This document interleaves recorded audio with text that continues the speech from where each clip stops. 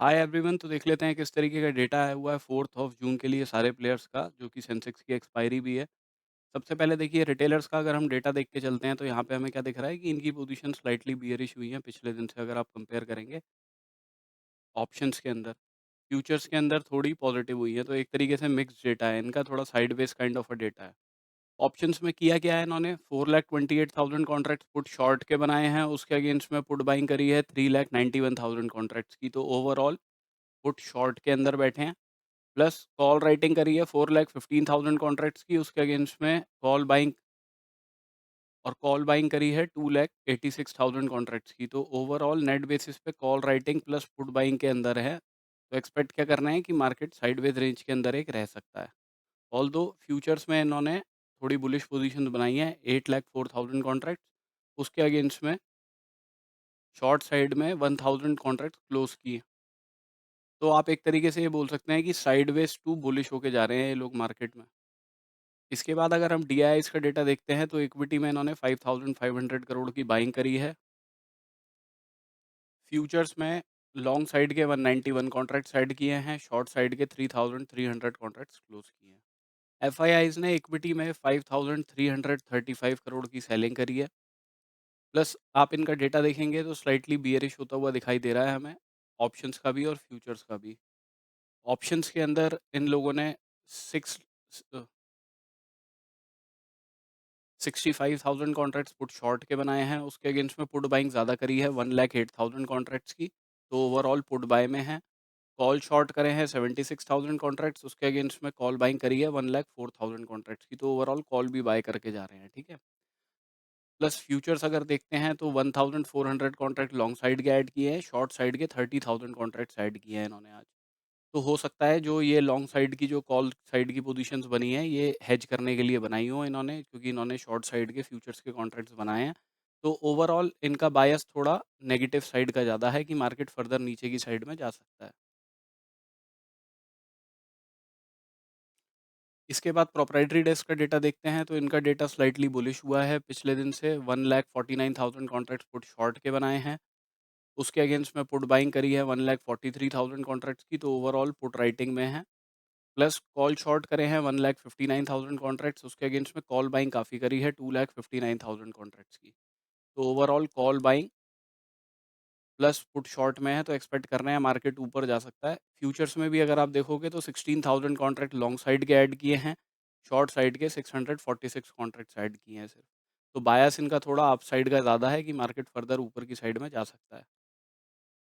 Nifty की अगर हम ऑप्शन चेन देख के चलते हैं तो पीसीआर 0.98 पे चल रहा है।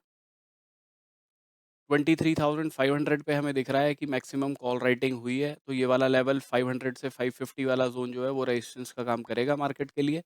इसके ऊपर अगर मार्केट निकलना शुरू करता है ना, तो ये लोग जो इन द मनी के अंदर कॉल राइटर्स बैठे हैं, इन द मनी के अंदर कॉल राइटर्स बैठे हुए हैं, यहाँ पे हमें दिखाई दे रहा है 23,200 वगैरह पे ठीक-ठाक पोज़ीशंस बनी हुई हैं, तो कल आपके लिए अच्छा इंडिकेशन का काम कर सकती हैं ये वाली पोज़ीशंस। कि यहाँ पे अगर चेंज इन ओआई बढ़ रहा हो तो चांसेस हैं मार्केट नीचे जाएगा, अदरवाइज़ अगर यहाँ पे चेंज इन ओआई नेगेटिव होना शुरू हो गया तो चांसेस है मार्केट नीचे नहीं जाएगा, हॉल्ट कर जाएगा, ठीक है। अगर कोई गैप अप करके ही मार्केट खुलता है और 500 550 वाले जोन के ऊपर निकलना शुरू करता है ना, तो शॉर्ट कवरिंग जनरेट होने के चांसेस रहेंगे, क्योंकि उस केस में फिर ये कॉल राइटर्स ट्रैप हो जाएंगे। मेन सपोर्ट 23,300 पे है, जहाँ पे मैक्सिमम पोजीशंस बनी हुई हैं। कि अगर हम चार्ट्स पे देख के चलते हैं तो मैंने आपको बताया था कि यहाँ से एक डबल टॉप हो सकता है, मार्केट गैप डाउन करके सीधा ही नीचे की तरफ आ गया, 15 मिनट की कैंडल भी नीचे की तरफ आ गई, हमने ये वाले लेवल डिस्कस किए थे। इसके नीचे के लेवल मैंने आपके साथ में डिस्कस किए नहीं थे, बिकॉज मैंने आपको बोला था 10 साढ़े 10 के बाद में कॉल राइटर वगैरह का ग्राफ देख के फिर अपॉर्चुनिटी देखिएगा कोई।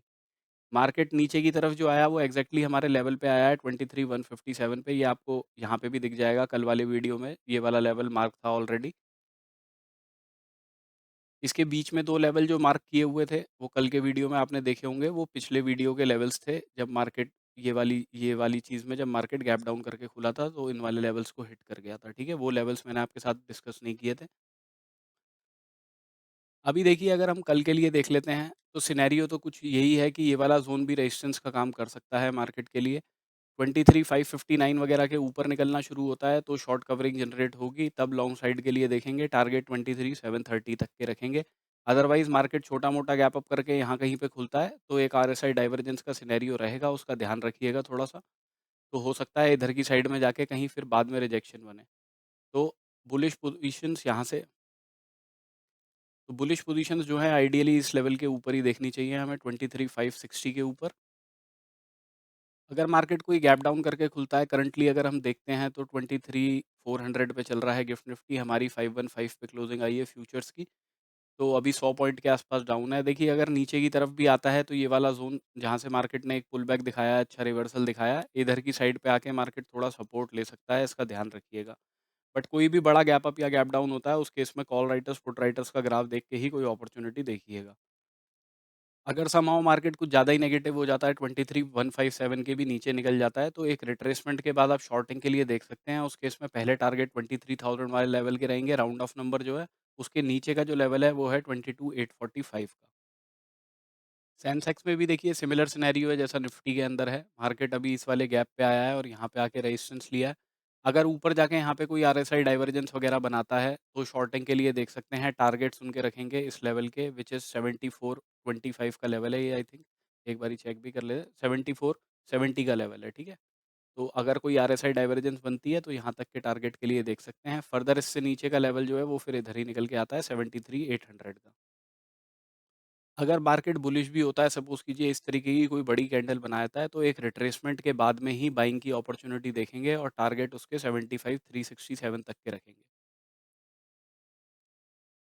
अपने आज के लोज़ के नीचे निकलता है, 73,500 के नीचे निकलता है मार्केट, तो एक रिट्रेसमेंट के बाद शॉर्टिंग के लिए देखेंगे, टारगेट 72,816 के रहेंगे उस केस में।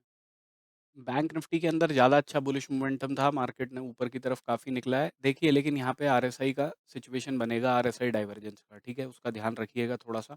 अगर वो बनता भी है तो शॉर्टिंग के लिए मत देखिएगा क्योंकि ये ज़्यादा पॉज़िटिव था।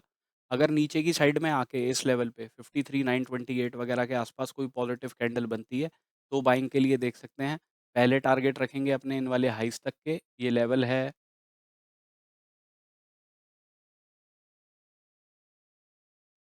54,300 का। फर्दर इस लेवल के ऊपर निकलता है मार्केट तो 54,588 के दूसरे टारगेट्स रहेंगे।